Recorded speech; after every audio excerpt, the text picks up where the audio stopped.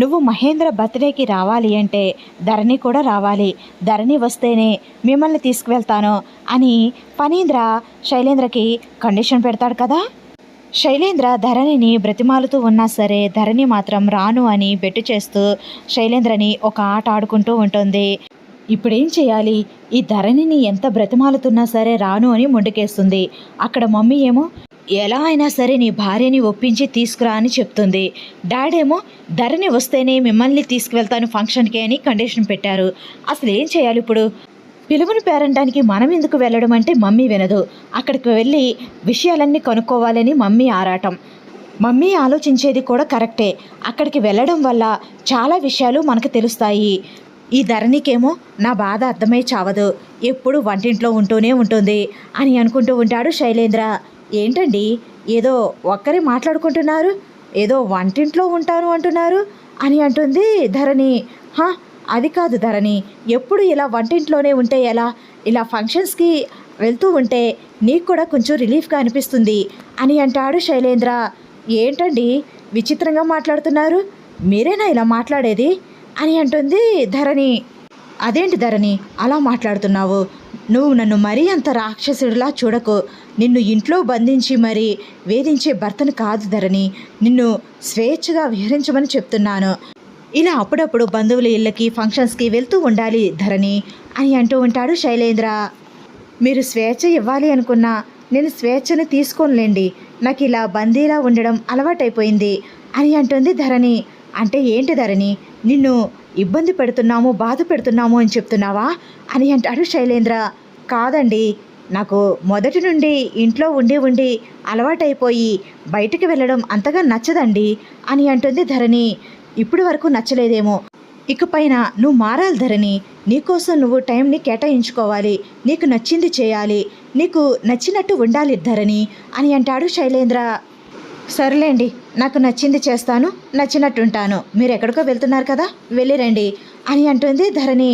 ధరణి నీకు బాబాయ్ అంటే చాలా అభిమానం కదా, మరి బాబాయ్ బర్త్డేకి రాను అని ఎందుకు అంటున్నావు అని అంటాడు శైలేంద్ర. నాకు చిన్నమావయ్య అన్న, జగతి అత్తయ్య అన్న, రిషి వసూలన్న అభిమానమే అండి, కానీ మీరు చేసిన పనికి నేను వాళ్ళ ముందు ఎలా నిలబడగలనండి, ఎలా తలెత్తుకుని వాళ్ళతో మాట్లాడగలను అని అంటుంది ధరణి. నేనేం చేశాను ధరణి, మధ్యలో నేనేదో చేసినట్టు మాట్లాడుతున్నావు అని అంటాడు శైలేంద్ర. మీకేమీ తెలియనట్టు మీరేమీ చేయనట్టు భలే మాట్లాడుతున్నారండి. వాళ్ళని మోసం చేసి కాలేజ్ని మీ సొంతం చేసుకుని వాళ్ళని కాలేజ్లో నుంచి బయటకు పంపించేశారు. ఇప్పుడు మీకేమీ తెలియనట్టు మాట్లాడుతున్నారు. ఇంత జరిగాక కూడా నా భర్త చేసిన పనికి నేను వాళ్ళ ముందు ఎలా తలెత్తుకోగలనండి, ఒకసారి ఆలోచించండి అని అంటుంది ధరణి శైలేంద్రని చూస్తూ. ధరణి అవన్నీ మనసులో పెట్టుకుని మనం ఇంకా కలుసుకోకపోతే ఎలా? ఎవరో ఒకరు ముందు స్టెప్ తీసుకుని ముందడుగు వేయాలి కదా కలవడానికి. అందుకే బాబాయ్ బర్త్డే సందర్భంగా మన కుటుంబం మొత్తం ఒకటవ్వాలని మనమే ఒక ముందు అడుగు వేసి మనల్ని పిలవకపోయినా మనమే వెళ్తున్నాము అని అంటాడు శైలేంద్ర. ఏంటండి మీరు ఇలా మాట్లాడుతున్నారు అంటే మళ్ళీ ఏదైనా చేయబోతున్నారా అని అంటుంది శైలేంద్రతో ధరణి. ఏదైనా అంటే ఏం చేస్తాను ధరణి అని అంటాడు శైలేంద్ర. ఏదైనా కొత్త ప్లాన్ వేస్తున్నారేమో అని నాకు అనుమానంగా ఉందండి అని అంటుంది ధరణి. ప్లాను లేదు ఏమీ లేదు, అయినా నాకు కావాల్సింది నాకు సొంతమైంది కదా, డిబిఎస్టీ కాలేజ్కి ఎండీని అయ్యాను, నా కళ నెరవేరింది, ఇంకా నేనేం చేస్తాను? అనవసరంగా అనుమానాలు పెట్టుకుని ఏవేవో ఊహించుకోకు ధరణి, త్వరగా రెడీ అవ్వు, డాడ్ మామ్ కార్ దగ్గర వెయిట్ చేస్తున్నారు, నీకోసం ఎదురు చూస్తున్నారు అని అంటాడు శైలేంద్ర. అవునా, సరే అండి, ఇప్పుడే రెడీ అయ్యొస్తాను అని ధరణి లోపలికి వెళ్ళి రెడీ అయ్యి వస్తుంది. ధరణిని శైలేంద్ర తీసుకొస్తూ ఉంటే దేవయాని చాలా సంతోషంగా, అమ్మయ్య వీడు ధరణిని ఒప్పించి తీసుకొస్తున్నాడు, మన ప్లాను సక్సెస్ అవుతుంది ఇంకా అని అనుకుంటూ ఉంటుంది. ఫణీంద్ర ధరణి రావడం చూసి ధరణి రాదేమో అనుకున్నాను, అప్పుడు వీళ్ళను కూడా ఇక్కడే వదిలేయచ్చు తీసుకువెళ్లకుండా అనుకున్నాను, కానీ ధరణి వస్తుంది, ఏం మాయ మాటలు చెప్పి తీసుకొస్తున్నాడో ఏంటో, ధరణి వస్తే వీళ్ళని కూడా తీసుకువెళ్తాను అని మాటిచ్చాను, ఇంకా తప్పదు ఖచ్చితంగా వీళ్ళని తీసుకువెళ్లాల్సిందే అని అనుకుంటూ ఉంటాడు ఫణీంద్ర. ధరణి వచ్చిన తర్వాత మావయ్య నా కోసం మీరందరూ వెయిట్ చేస్తున్నారంటగా, లేట్ చేసినందుకు సారీ మావయ్య అని అంటుంది ధరణి. పర్వాలేదమ్మా వెళ్దాం పదండి అని అంటాడు ఫణీంద్ర. ఇంకా అందరూ కలిసి మహేంద్ర బర్త్డే పార్టీకి బయలుదేరతారు. రిషి, వసు, జగతి, మహేంద్రలు రెడీ అయ్యి టెర్రస్ పైకి వెళ్తారు. కన్స్ట్రక్షన్ వర్క్స్ చేస్తున్న కాంట్రాక్టర్స్, మినిస్టర్ గారు, కాలేజ్ బోర్డ్ మెంబర్స్, అలాగే కాలేజ్ స్టాఫ్, ఇంకా అతిథులందరూ కూడా హాజరవుతారు మహేంద్ర బర్త్డే ఫంక్షన్కి. Mahendra, many more happy returns of the day Mahendra అని విషెస్ చెప్తారు బొకేని అందిస్తూ మినిస్టర్ గారు. థ్యాంక్ యూ సార్ అని అంటాడు మహేంద్ర.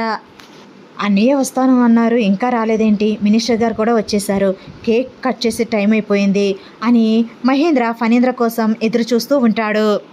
ఏంటి మహేంద్ర అటు చూస్తున్నావు, ఎవరికోసమైనా ఎదురు చూస్తున్నావా అని అంటారు మినిస్టర్ గారు. అవును సార్, అన్నయ్య వస్తానన్నారు, ఇంకా రాలేదేంటా అని చూస్తున్నాను అని అంటాడు మహేంద్ర. మీ అన్నదమ్ములిద్దరిలో ఈ క్వాలిటీ నాకు చాలా బాగా నచ్చుతుంది మహేంద్ర.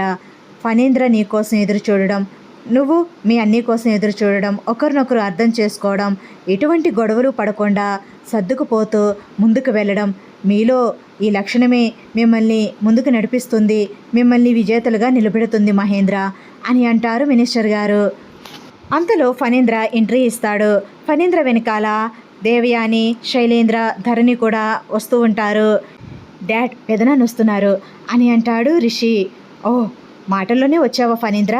నీకోసమే మీ తమ్ముడు ఎదురు చూస్తున్నాడు, నువ్వు వచ్చాకే కేక్ కట్ చేయాలని చాలా ఆశగా ఉన్నాడు. మహేంద్ర, ఫణీంద్ర వచ్చాడు కదా, ఇంకా కేక్ కట్ చెయ్యి అని అంటారు మినిస్టర్ గారు.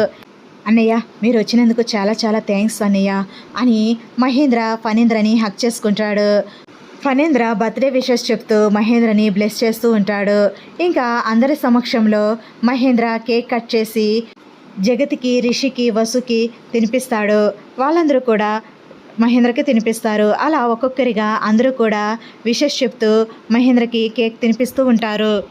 రిషి, వసు, జగతి ఇంటికి అతిథులుగా వచ్చారు కాబట్టి దేవయాని, శైలేంద్రలను పలకరిస్తారు. ధరణి జగతి, వసులతో బాగా కలిసిపోయి బాగా మాట్లాడుతూ ఉంటుంది. ఇంకా దేవయాని, శైలేంద్ర వాళ్ళ పనిలో వాళ్ళు బిజీగా ఉంటారు. అందరితో మాట్లాడడము, వివరాలు కనుక్కోవడం ఇవన్నీ చేస్తూ ఉంటారు. మహేంద్ర, ఫణీంద్ర నవ్వుకుంటూ మాట్లాడుకుంటూ ఉంటారు. అలా బర్త్డే పార్టీలో అందరూ ఎంజాయ్ చేస్తూ ఉంటారు. తర్వాత దేవయాని వసు దగ్గరికి వచ్చి, వస్తారా, ఎలా ఉన్నావు అని అంటుంది. వస్తారా దగ్గరికి దేవయాని వెళ్ళడం రిషి గమనిస్తాడు. జగతి వంక చూసి మళ్ళీ వస్తారని మాటలతో ఇబ్బంది పెడుతుంది అని సైగ చేస్తాడు. నేను చూసుకుంటాను, నువ్వు ఆ ఏర్పాట్లలో ఉండు రిషి అని జగతి కూడా సైగ చేస్తూ వస్తారా దేవయానిల దగ్గరికి వస్తుంది. వసు దేవయానికి సమాధానమిస్తూ, ఏంటి మేడం, నన్ను చూస్తుంటే మీకు కనిపించడం లేదా? చాలా బాగున్నాను అని అంటుంది. ఈ వసుధారకి పొగరు మాత్రం అస్సలు తగ్గదు అని అనుకుంటూ ఉంటుంది మనసులో దేవయాని. అంతలో జగతి వాళ్ళ దగ్గరికి వస్తుంది. జగతి, ఏర్పాట్లన్నీ బాగున్నాయి, బాగా చేస్తున్నారు, చాలా గ్రాండ్గా చేస్తున్నారు. మీరు డిబిఎస్టీ నుంచి బయటకు వచ్చేసిన తర్వాత కోలుకోలేరేమో అనుకున్నాను, కానీ బాగానే కోలుకున్నారు. కాలేజ్ కూడా స్థాపించేశారు, ఇప్పుడు మాకు పోటీగా తయారయ్యారు అని అంటుంది దేవయాని. మేము మీకు పోటీ అని మీరు అనుకుంటున్నారు అక్కయ్య, మేము అనుకోవడం లేదు అని అంటుంది జగతి. దేవయాని స్టన్ అయిపోయి అలానే చూస్తుంది. అవునక్కయ్య, మీరు విన్నది నిజమే. మావయ్య గారు స్థాపించిన కాలేజ్ కాబట్టి కాలేజ్ బాగుండాలి అని కోరుకున్నాము, ఎప్పుడూ అదే కోరుకుంటాము కూడా. మేమెప్పుడూ ఎవరిని పోటీ అనుకోము అక్కయ్య, మాకు మేమే పోటీ. మేము చేయవలసింది మేము చేస్తాం, ఫలితం ఆ దేవుడిస్తాడు అంతే అని అంటుంది జగతి. ఇంకా జగతి మాటలకి దేవయానికి చిర్రెత్తుకొస్తుంది.